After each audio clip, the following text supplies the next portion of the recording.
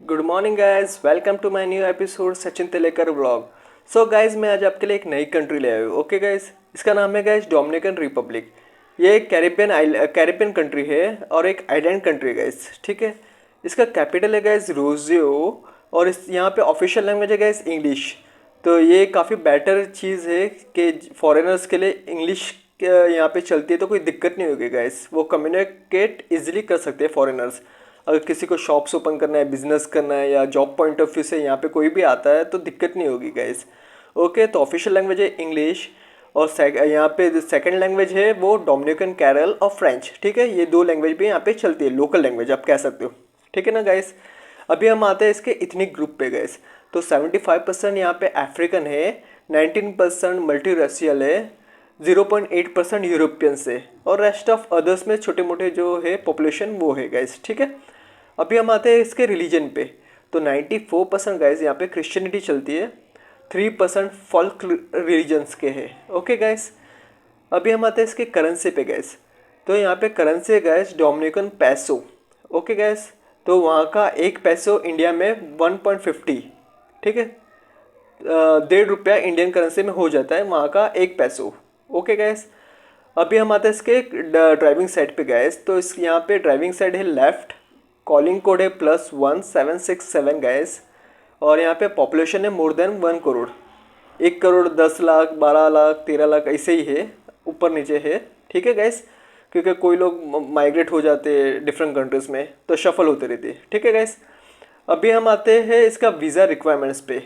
तो गैस ये एक अच्छी न्यूज़ है कि इंडियंस को यहाँ पे वीज़ा नहीं लगता है फॉर अ शॉर्ट पीरियड।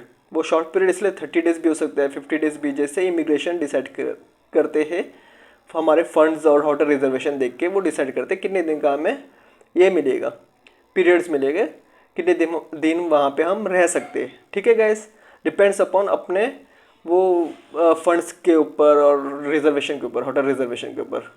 ठीक है गाइस, तो अभी हम आते हैं इसके वेजेस के ऊपर, लो मीडियम एंड हाई। तो गाइस वहाँ पे लो वेजेस है 5020। ठीक है, मंथली, मैं मंथ की बात कर रहा हूँ, 1 मंथ के।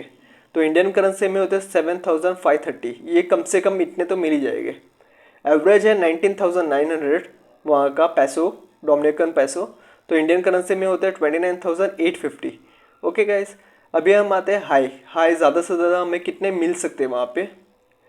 तो हाई में है 88,700, इंडियन करेंसी में होते हैं 1,33,000। ये हाई में आते गाइस, जिसका क्वालिफिकेशन अच्छा है, डिग्री है, इंजीनियर है, ठीक है, चार्टर्ड अकाउंटेंट है, तो वो सब एक्सपेक्ट कर सकते हैं इतना पैकेज।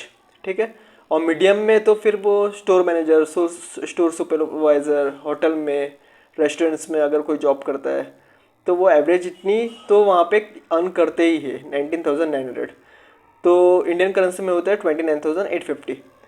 तो एक टूरिज़्म प्लेस ही है गैस यहाँ पे, एज अ टूरिस्ट इससे जाते हैं तो चलता है, अगर बिजनेस पॉइंट ऑफ व्यू से जाते हैं, बिजनेस करना है तो चलता है, क्योंकि सैलरी वाइज हम देखना चाहते हैं तो इंडिया में हम इतना अर्न कर ही लेते हैं। ठीक है गैस, अगर बिजनेस करना है, कुछ शॉप्स ओपन करना है, रेस्टोरेंट्स ओपन करना है, मोटल्स ओपन करना है, सालोन ओपन करना है तो चलता है गैस। ठीक है, अभी हम आते हैं इसके फ़्लाइट पे।